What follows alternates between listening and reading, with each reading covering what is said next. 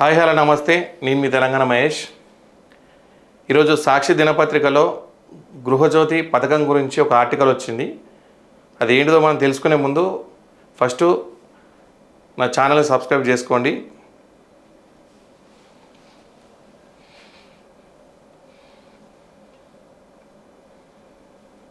ఒక్కటి దాటిన కోదే గృహజ్యోతి ఉచిత విద్యుత్ పథకం కుదింపు యోచనలో ప్రభుత్వం.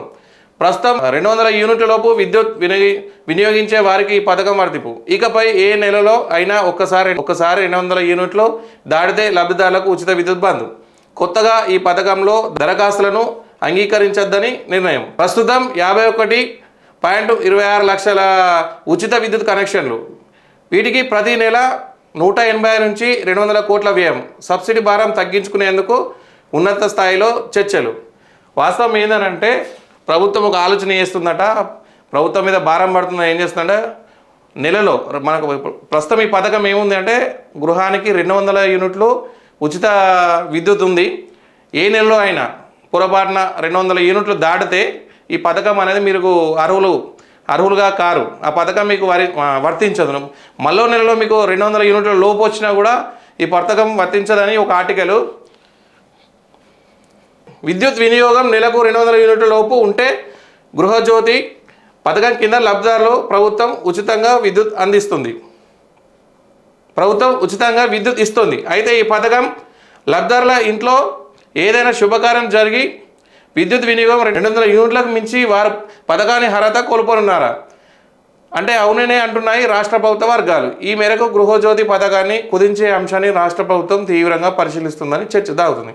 వాస్తవానికి ఏంటంటే ఒకవేళ ఏమైనా మీ ఫంక్షన్ ఇప్పుడు 200 లోపు యూనిట్లు వినియోగిస్తున్న మీ ఎవరైతే ఉన్నారో వాళ్ళు ఏదైనా పొరపాటున ఫంక్షన్ జరిగి 200 యూనిట్లు పైకి వచ్చిందనుకో ఈ పథకం అనేది మీకు వర్తించదని ఇది సారాంశం. గృహజ్యోతి పథకం కింద ఇప్పటికే ఉన్న లబ్ధిదారుల సంఖ్య కట్టడి చేయడంతో పాటు కొత్త లబ్ధిదారులు పెరగకుండా కసరత్తు చేస్తుంది. విశ్వనీయ సమాచారం. దీనికోసం ఈ పథకం కింద కొత్తగా వచ్చిన దరఖాస్తులను కూడా పక్కన పెట్టాలని నిర్ణయించినట్టు తెలిసింది. ఉచిత విద్యుత్ వినియోగదారుల సంఖ్య ఏటా పెరుగుతూనే పోతే ఆర్థిక భారం భారీగా పెరుగుతుందంటున్న ఆందోళనతో లబ్ధిదారుల సంఖ్య కుదించాలని సర్కారు యోచిస్తుంది.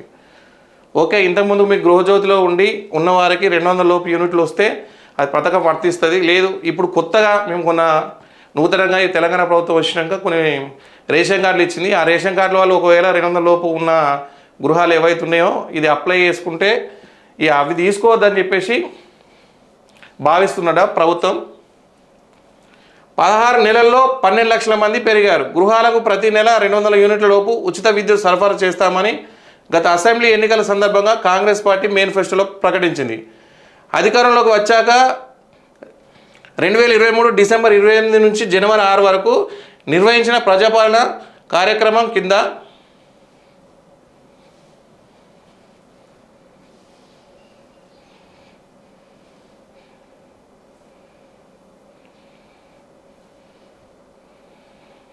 దరఖాస్తు చేసుకున్న వారిలో ఎంపిక చేసిన లబ్ధిదారులను ఈ పథకం అమలవుతుంది. మొదట్లో 39 లక్షల మంది లబ్ధిదారులు ఎంపిక చేశారు. ఆ తర్వాత దరఖాస్తులు రావడంతో ఈ లబ్ధిదారుల సంఖ్య పెరిగింది. దీంతో ప్రభుత్వం ఆందోళన వ్యక్తమైనట్టు తెలిసింది. పథకం ప్రారంభమైన ఆ 16 నెలల్లోనే 12 లక్షల మంది చేరారట. వాస్తవానికి ఏంటంటే ఫస్ట్ పథకం స్టార్ట్ చేసినప్పుడు ఎంత ఉన్నారంట అంటే 39 లక్షల మంది దరఖాస్తు చేసుకున్నారంట. దీని లబ్ధిదారులు ఉన్నారట. ఇది చేసుకున్న తర్వాత జస్ట్ 16 నెలలే మళ్ళీ 12 లక్షల మంది జమ అయ్యారట. అంటే 12 లక్షల మంది దానికి మళ్ళీ అదనంగా యాడ్ అయ్యారట. మొత్తం కలిపితే ఎంతమంది అవుతారు? 51.26 లక్షల మంది ఇప్పుడు లబ్ధిదారులు ఉన్నారట. సో దానికి ఏమవుతుంది, ప్రతి నెల 180 నుంచి 200 కోట్లు అవుతుంది, అదనంగా భారం పడుతుంది అని చెప్పేసి ఒక నెల మీకు 200 యూనిట్లు దాటిందనుకో మీ పథకం నుంచి అనర్హులుగా చేసే ఆలోచనలు ఉన్నట్టు ప్రభుత్వం ఇది ఆర్టికల్. ఒక్క యూనిట్ ఎక్కువైనా విద్యుత్ వినియోగం ఆధారంగా 0 to 50 యూనిట్ల వరకు 1.95 పైసలు, 51 నుంచి 100 యూనిట్ల వినియోగానికి 3.10 పైసలు చొప్పున బిల్లులు వసూలు చేస్తారు. వినియోగం 100 యూనిట్లు పెరిగితే 0 నుంచి 200 యూనిట్ల మధ్య వినియోగానికి ప్రతి యూనిట్కు 3.40 పైసల చొప్పున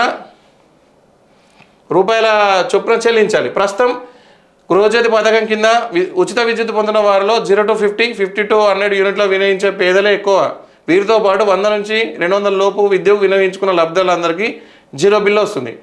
కామన్గా ఏంటంటే ఒక స్లాబ్ ఉంటుంది. వాళ్ళు ఏంటంటే స్లాబ్ అంటే 0 to 50 యూజ్ చేసిన వారికి ఒక స్లాబ్ రేట్ ఉంటుంది. మళ్ళీ తర్వాత 50 నుంచి 100 యూజ్ చేసిన వాళ్ళకి ఒక స్లాబ్ ఉంటుంది. 100 నుంచి 200 మధ్యలో ఒక స్లాబ్ ఉంటుంది. 200 దాటినట్టయితే ₹3.40 చెల్లించాల్సి ఉంటుంది.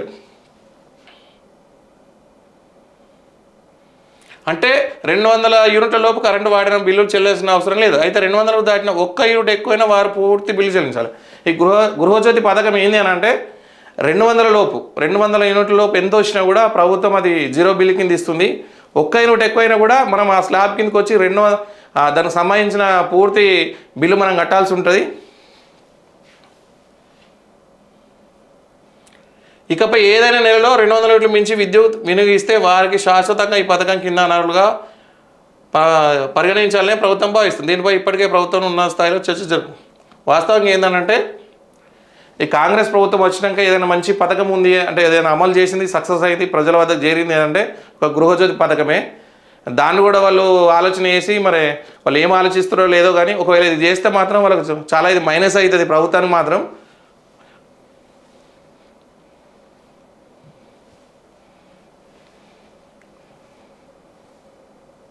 తెల్ల కార్డులు 93 లక్షలు. గృహజ్యోతి పథకం మార్గదర్శకాల ప్రకారం తెల్ల రేషన్ కార్డులో ఉన్న వారంతా అర్హులు. రాష్ట్రంలో దాదాపు 93 లక్షల తెల్ల కార్డులు ఉన్నాయి. ప్రస్తుతం ఉచిత విద్యుత్ లబ్ధిదారులు 51.26 లక్షల మంది ఉన్నారు. అయితే 200 యూనిట్ల లోపు విద్యుత్ వినియోగించే అర్హుల సంఖ్య పెరిగితే ఆ మేరకు ప్రభుత్వం ఆర్థిక భారం పెరుగుతుంది. ఖచ్చితంగా రేషన్ కార్డులు పెరిగినాయి. వాస్తవం ఉన్న తెలంగాణ ప్రభుత్వం వచ్చినాక రేషన్ కార్డులు పెంచారు. ఇప్పుడు తెల్ల రేషన్ కార్డులు మన రాష్ట్రంలో 93 లక్షలు ఉన్నాయట. దాదాపు ఇప్పుడు 51.26 లక్షల మందికి గృహజ్యోతి పథకం అందుతుంది. ఈ ఒకవేళ 93 లక్షల మందికి ఇవ్వాలంటే ప్రభుత్వం మీద భారం పెరుగుతుందని ఇట్లాంటి ఆలోచన వేస్తుందట. ప్రభుత్వం ఇట్లాంటి ఆలోచన మానుకోవాలి. ఏంటంటే ఇది ప్రభుత్వానికే నష్టం జరిగే అవకాశం ఉంటుంది. మీరు ఏదైనా ఈ ప్రభుత్వం తెలంగాణ ప్రభుత్వం వచ్చిన తర్వాత ఏదైనా ఒక సక్సెస్గా నడుస్తున్న ఏదైనా ప్రోగ్రామ్ ఉంది అది అని అంటే ఇది ఒక గృహజ్యోతి పథకం మనం చెప్పొచ్చు. Please like, share, subscribe Telangana Mahesh YouTube channel.